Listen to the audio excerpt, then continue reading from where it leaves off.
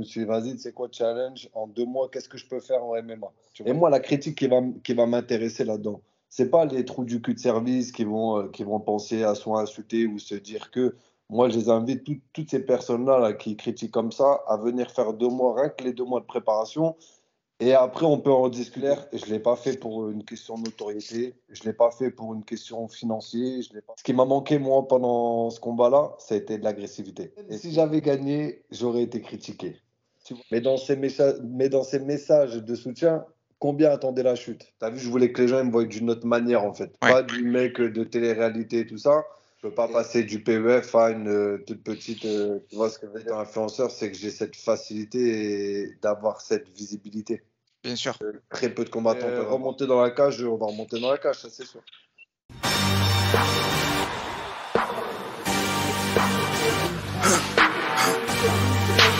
For the victory lap though. Bonjour à tous et bienvenue sur The Fight Club. Aujourd'hui, on a avec nous Jordan Fall. Jordan qui a fait ses débuts en MMA le 28 décembre dernier. Jordan, comment vas-tu? Bah écoute, ça va très très bien, hein, merci. Avec grand plaisir, merci à toi d'avoir accepté.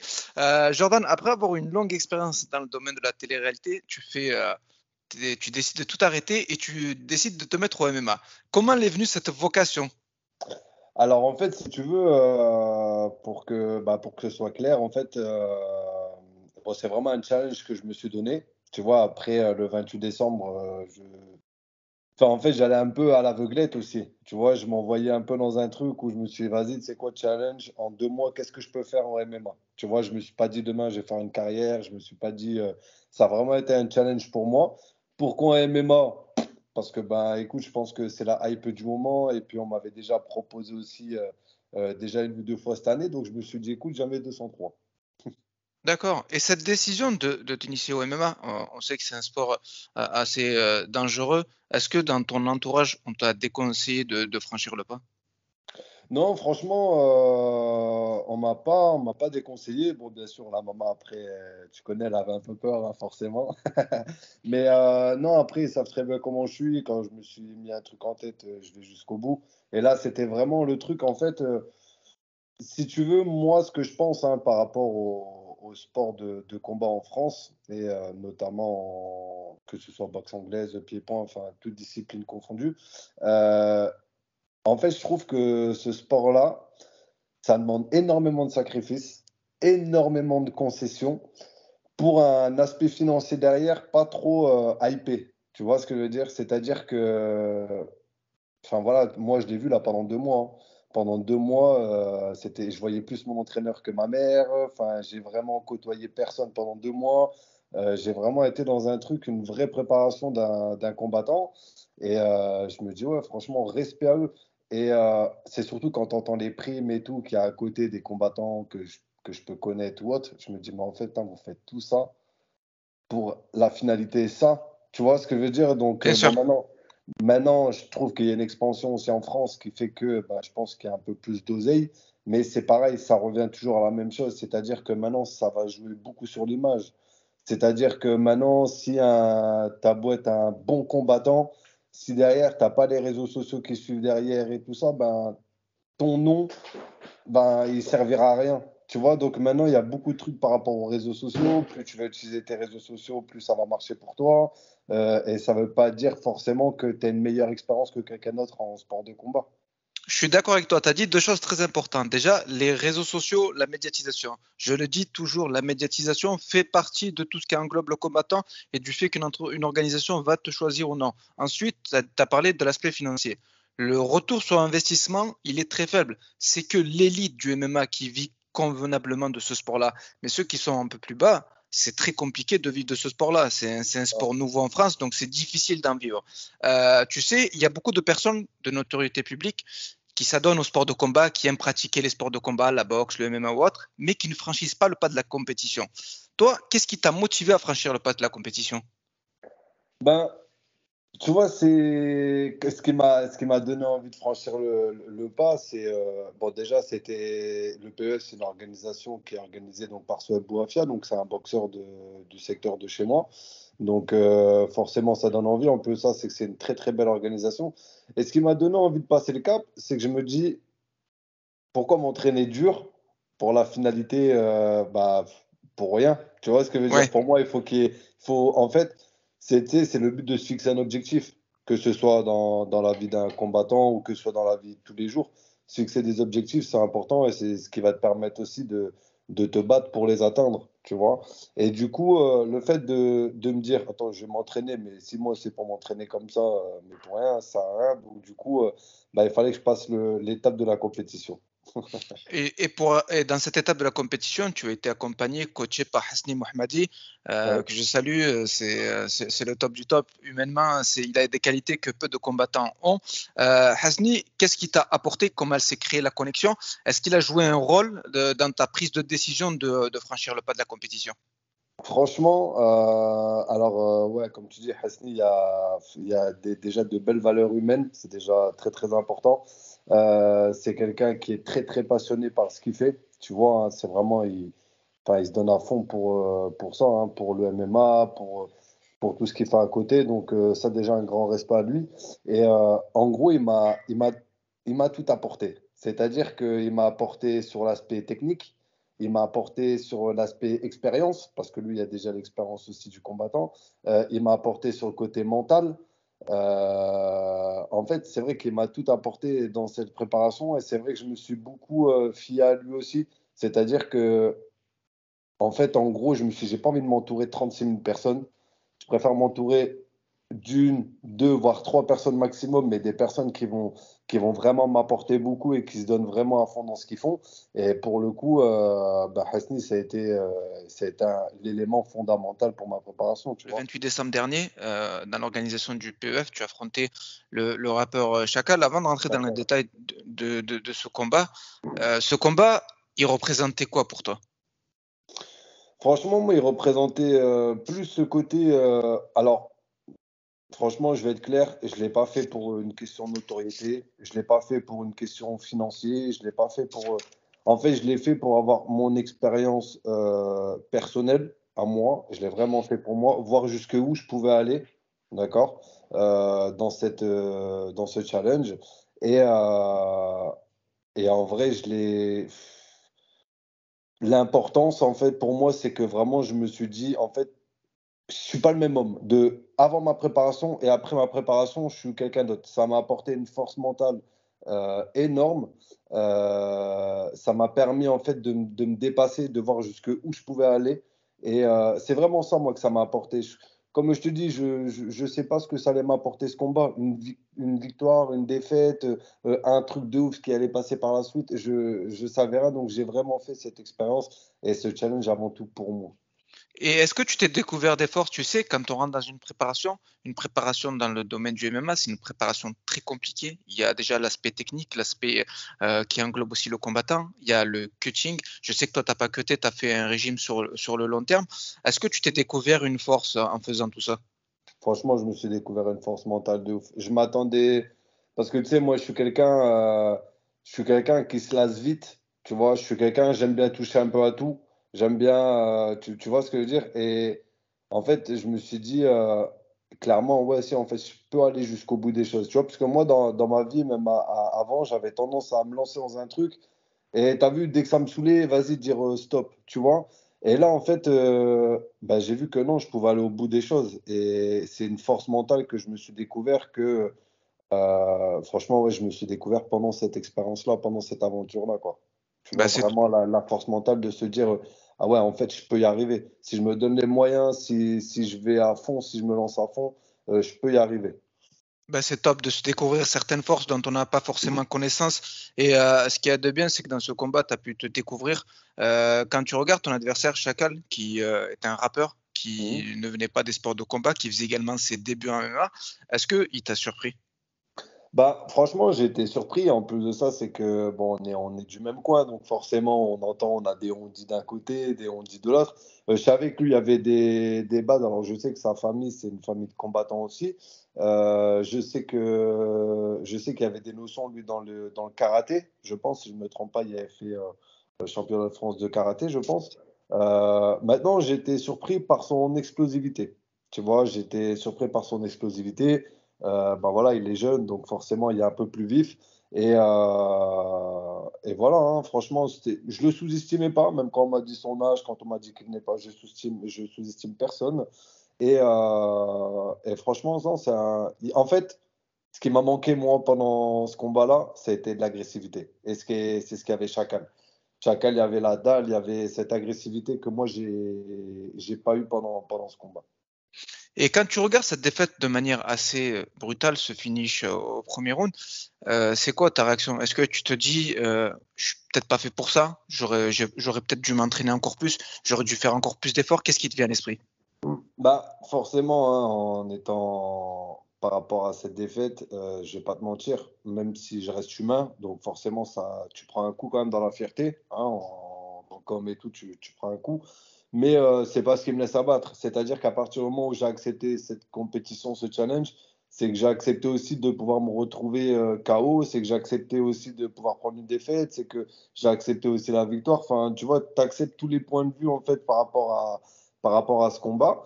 Et du coup, ça te met un coup, forcément, même en tant que compétiteur et tout ça, ça te met un coup.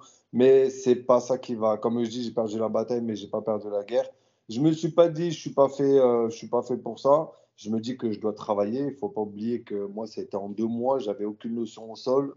J'avais un peu de notion en pied-point, mais vraiment brièvement. J'ai jamais fait de compétition. C'est pas comme si je commençais aussi avec une compétition dans le village d'à côté. Tu vois ce que je veux dire? C'est quand même le PE, c'est une grosse organisation. Donc du coup, il y a quand même toute cette pression aussi qui fait que derrière, voilà. Mais je pense que avec un peu plus d'entraînement, voilà, moi je suis déçu en fait de ma presta parce que j'ai fait une erreur de débutant et ce qui m'a coûté la défaite au premier round. Et voilà, mais ça c'est l'expérience. Et franchement, moi ça peut que me donner de la force pour la suite, quoi. Ouais, tu as tout à fait raison. Et cette défaite, de par ta notoriété, de par tout ce que tu représentes depuis tes antécédents dans les ch'tis et tes émissions que tu as pu tourner, elle a suscité pas mal de critiques sur la toile. Est-ce que toi, tu as compris un peu toutes ces critiques? Tu sais, j'ai envie de te dire, même si j'avais gagné, j'aurais été critiqué. Tu vois ce que je veux dire? Que tu fasses ou que tu fasses pas, de toute façon, et ça, c'est un peu la mentalité des Français, malheureusement, c'est bête à dire, hein. Mais à partir du moment où tu te lances dans quelque chose, avant même que tu te lances dans le premier jour de ton expérience, tu as déjà les critiques. Tu as déjà des gens qui vont dire, ah, il ne devrait pas faire ci, il est nul pour ci, il est nul pour ça. Mais si tu écoutais tous les critiques des gens, tu ne ferais rien dans ta vie, que ce soit dans le sport, que ce soit dans ta vie toujours, tu ferais rien. Parce que il y a des gens, c'est des envieux. Et moi, ceux qui critiquent en plus, tu as vu, j'ai regardé un peu, hein, franchement, Ouais. quand tu regardes leur profil, quand tu regardes ce qu'ils sont, tu te dis, ah ouais, mais en fait, ces gens-là, tu vois. Et moi, la critique qui va m'intéresser là-dedans, c'est pas les trous du cul de service qui vont penser à soit insulter ou se dire que. Moi, je les invite, toutes ces personnes-là là, qui critiquent comme ça, à venir faire 2 mois, rien que les 2 mois de préparation. Et après, on peut en discuter. Maintenant, si tu fais rien dans ta vie, viens pas discuter avec moi, ta critique ne m'atteindra pas. Maintenant, j'ai eu aussi des très bonnes critiques, tu vois, mais des gens expérimentés. C'est-à-dire que j'ai eu des critiques, alors pas des critiques du genre, ouais, t'es une merde ou autre, mais des critiques sur, bah, t'aurais dû peut-être peaufiner ça, t'aurais peut-être dû travailler sur ça, mais sur des gens qui ont de l'expérience. Tu vois, j'ai reçu des messages de combattants pro et tout, bah franchement, ça fait plaisir. Et tu vois que c'est des gens qui me disent, hey Jordan, quoi qu'il en soit le résultat, déjà un champion, il est obligé de passer par la défaite aussi, c'est comme ça. Et il m'a dit en plus de ça, il m'a dit, sache une chose, hein, c'est que tu as eu les couilles de rentrer dans la cage. Et peu de personnes le feraient, tu vois. Mais voilà, donc les critiques, tu sais, j'ai envie de te dire, même de même, personne qui va sauver une autre vie, elle va être critiquée parce que, ah bah moi j'aurais fait comme ça, j'aurais fait comme ça. Donc ça, les critiques, ça ne m'intéresse pas. Et ce qui me tue pas rend plus fort, tu vois. Donc Non, moi, personnellement, les non, mais critiques, voilà. c'est bien ce que tu dis parce qu'une critique, comme tu as dit, une critique est toujours intéressante quand elle est constructive et objective. Maintenant, Voilà. quand c'est pour déblatérer des choses inintéressantes, de parler juste de la qualité du combattant, c'est peu intéressant. Et comme tu l'as dit, le fait de rentrer dans un octogone, déjà, ça salue ton courage. Moi, je t'ai envoyé un message juste après parce que je sais ce que c'est. Rentrer dans un Exactement. octogone, c'est quelque chose de unique. C'est quelque chose qui n'est pas commun chez l'humain. Donc, bravo à toi pour Ah, ça. même les plus grands combattants le disent, hein. Tu vois, regarde, même un mec comme Seydou Doumbé, hein, il dit, mais celui qui rentre dans la cage, il est ouf. Mais tu vois, mais pour te dire que même eux, même des gens expérimentés, ils se posent encore la question des fois de se dire, mais putain, je vais rentrer dans la cage. Tu vois, pour te dire que Ouais. c'est quand même, c'est pas rien non plus. pour les gens, après, ça reste du spectacle. Tu vois ce que je veux dire? Donc, forcément, c'est ce qui va faire que les gens vont critiquer tout ça derrière. Mais ils savent pas ce qu'on endure, la préparation qui est hyper compliquée. Tout ça, ils ne voient pas. Eux, ils voient que le bon ou le mauvais côté, tu vois. D'accord. Et il y a une question très importante que je voulais te poser, c'est que quand tu as pris la décision de faire de la compétition officiellement, est-ce que dans ta tête, tu t'es dit, mon passé, il va à un moment ou à un autre ressortir de par la performance que je vais réaliser. Si je perds mon combat, si je perds d'une certaine manière, on va encore plus me critiquer qu'à la normale. Forcément, ça, je m'y attendais. Tu vois, forcément, alors, c'est pas une question que ça me mettait une pression, mais je me suis dit, de toute façon, je vais le faire et quoi qu'il arrive du fini, je vais être critiqué. Maintenant, c'est sûr que j'aurais préféré donner autre chose au niveau de la performance, tu vois. Mais forcément, ce côté notoriété il rentre un peu en jeu parce qu'en fait, tu dis les gens, tu sais, j'ai eu beaucoup de messages de soutien. Mais vraiment, j'ai été même agréablement surpris de tous les messages de soutien que j'ai pu recevoir durant cette préparation. Mais dans ces messages de soutien, combien attendaient la chute? Tu vois ce que je Oui, veux dire aussi? C'est ça aussi le truc, c'est que tu as vu, tu as des gens, ils vont être là, mais ils vont attendre qu'une chose, c'est que c'est ce qui se passe sous tes pieds, en fait, tout s'écroule. Tu vois ce que je veux dire? oui, Donc moi, tout ça, je m'y attendais. Et tu sais, j'ai envie de te dire, j'ai déjà fait plus de 10 ans de télé, donc maintenant, la critique, elle m'atteint un peu. Comme je te dis, à partir, et tu sais, j'ai 31 ans, j'ai quand même la tête sur les épaules, j'ai cette maturité aussi de pouvoir prendre du recul sur toute cette situation et de me dire qu'en fait, pour moi, comme je te dis, si c'est le boulanger qui va critiquer un combattant MMA, bah reste chez toi, tu vois ce que je veux dire. Tandis que quand c'est quelqu'un qui est du même milieu, qui a de l'expérience et qui te fait une critique construite, c'est totalement différent. Moi, pour moi, comme je dis, je pars du principe que toute critique est bonne à prendre dans la vie de tous les jours, dans le quotidien, mais à partir du moment où, comme tu dis, que c'est construit et non une critique pour dire de... Critiquer, c'est facile, mais de faire, c'est plus compliqué, tu vois. C'est ça aussi le truc. Donc pour moi, je m'y attendais. Je me suis dit, c'est sûr, certain que si je me fais péter la gueule, je vais avoir des retours derrière.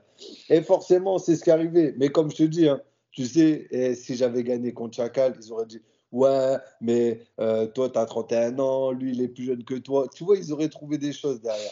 Moi, j'ai avant tout fait cette expérience, c'est avant tout une expérience personnelle pour voir jusque où moi-même, parce que je n'ai pas fait ça pour les gens, ou j'ai pas fait ça pour avoir le hype autour de moi, j'ai vraiment fait ça pour moi et de voir jusque où je pouvais aller.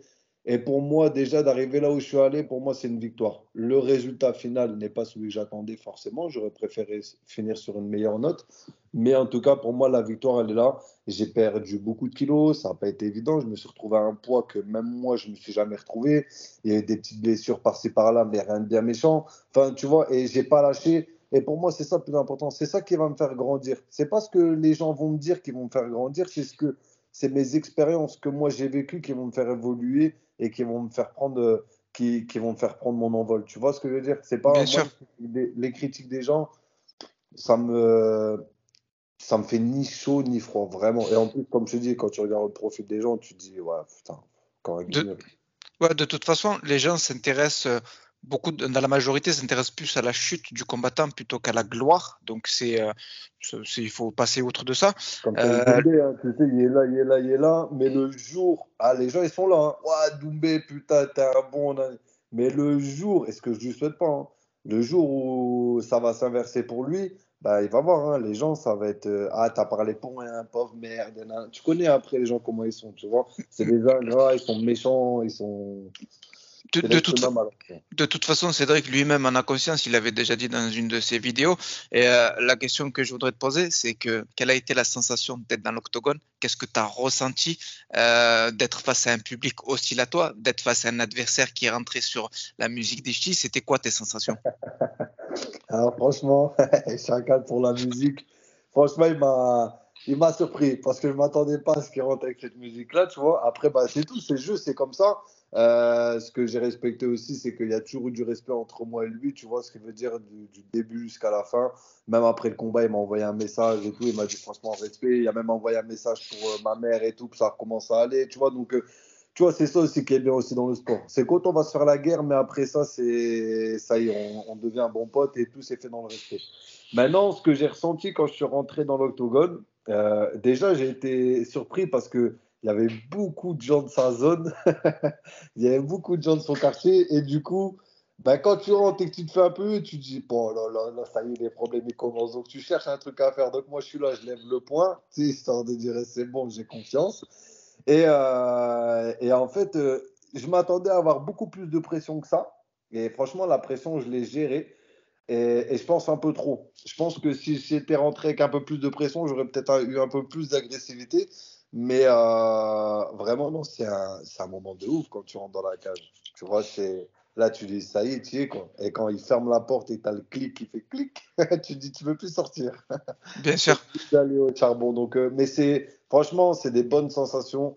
Moi, justement, ça m'a pas donné l'envie d'arrêter. Ça m'a pas donné l'image négative du sport, du MMA, surtout. Au contraire, et je pense que, tu as vu, même pour les jeunes et tout, d'aujourd'hui et tout, je pense que ça, c'est un sport qui peut vraiment leur permettre d'avoir un équilibre aussi, tu vois, au-delà du fait de la compétition et tout ça. C'est un sport, ça demande une certaine discipline, ça demande un certain mental. Donc, tu vois, je pense que même pour la santé psychologique des gens ou des trucs, tout, je pense que c'est un sport qui peut vraiment apporter énormément à quelqu'un. Ben, c'est totalement ça. Ce sport est assez unique dans tous les sens du terme. Il peut vous apporter une expérience inoubliable. Il peut vous donner une certaine discipline que vous n'avez peut-être pas dans votre vie quotidienne. Donc, les gens qui sont dubitatifs sur ce sport-là, allez-y, let's go à fond. La suite que tu aimerais donner à ta carrière, c'est quoi? Est-ce que déjà tu as envie de poursuivre? Est-ce que tu veux continuer la compétition? C'est quoi que tu voudrais faire? Franchement, je sais pas du tout. Je suis pas fermé à ça, hein. Bien évidemment, comme je te dis, ce qui ne tue pas rend plus fort. Moi, pour moi, voilà, c'était une défaite, mais ça veut pas dire que c'est terminé. Bon, moi, j'ai aussi deux, trois petites choses à gérer aussi à côté, tu vois, par rapport au business aussi. Donc, forcément, du coup, c'est un peu plus compliqué de gérer le truc. Mais remonter dans la cage, on va remonter dans la cage, ça c'est sûr. D'accord. Et Après, la proposition, tu vois, c'est toujours pareil, hein, tout dépend des propositions que j'ai aussi. Attention, hein, je ne fais pas le boxeur pro, mais dans le sens où, voilà, je ne peux pas passer du PEF à une toute petite, tu vois ce que je veux dire? C'est pas possible.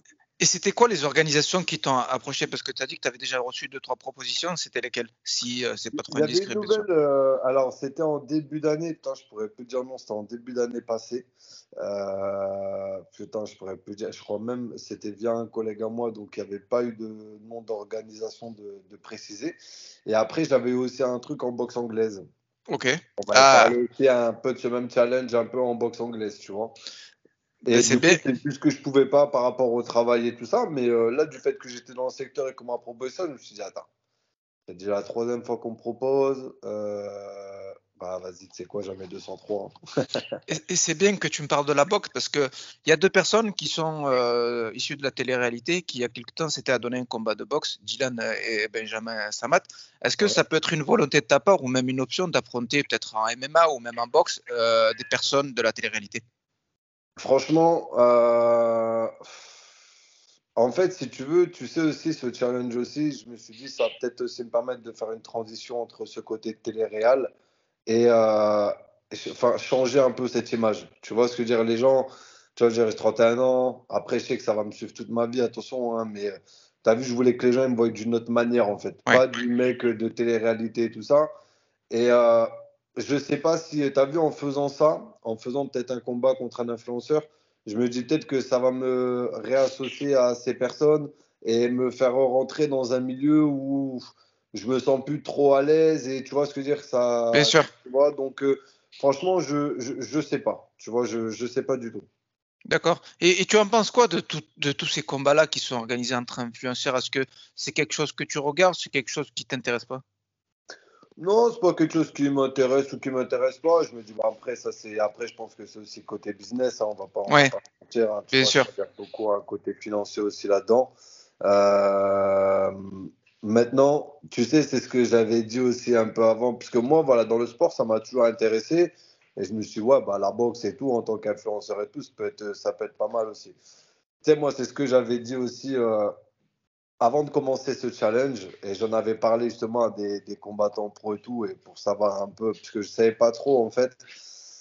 Si tu veux, moi, tu sais un peu ce qui me bloquait au tout début avant ce challenge, c'est que, tu as vu, bon, moi, en étant influenceur, c'est que j'ai cette facilité d'avoir cette visibilité Bien sûr. que très peu de combattants peuvent avoir. Et avant de commencer ce challenge, ce qui me bloquait un peu, c'est que je me suis dit, putain, en fait, moi, j'ai une prépa de 2 mois à faire, et en 2 mois, je vais faire une organisation, enfin, qui est le PEF, en amateur et tout, c'est pas donné à tout le monde, alors qu'il y a Bien sûr. des centaines et des milliers de boxeurs, je pense qu'ils aimeraient être à ma place. Et en fait, c'est ce que je me disais. Je me dis, t'as vu, j'avais aussi cette impression de prendre la place de quelqu'un d'autre. Tu vois ce que Ouais. je veux dire? D'un mec, d'un combattant, peut-être que lui, ça fait des années qu'il aimerait se retrouver à une place comme la mienne. Et au final, moi, en étant influenceur, c'est ce côté facile que j'ai. Tu vois ce que je veux dire ou pas? Ouais, C'est ouais, ce qui bien me sûr. bloquait un peu. J'avais cette sensation de prendre la place de quelqu'un d'autre, alors que, bah, pas du tout, parce que je me suis donné les moyens autant qu'un vrai combattant, tu vois. Bien sûr, tu t'es dit que de par ta notoriété, peut-être que tu prenais la place à quelqu'un, mais quand on voit toute la préparation que tu as effectuée, tous les sacrifices que tu as mis de côté, la perte de poids qui est très difficile dans un Ah, combat de ça, MMA, c'est plus tout dur. est à ton honneur. En tout cas, moi, je te remercie énormément. Déjà, je te réitère mes félicitations, parce que comme je le dis, rentrer dans un octogone, il faut avoir le courage de le faire. Tu l'as fait, C'est gentil, merci. surtout avec le passé que tu as eu, la notoriété que tu as eue. Tu savais que tu allais être au centre des critiques, peu importe la performance que tu allais proposer. Moi, en Exactement. tout cas, tu as mon respect et mes félicitations. C'est gentil, merci beaucoup en tout cas. Franchement, un grand, grand merci. Force et honneur, Jordan. Merci, force à toi, à bientôt, ciao, ciao.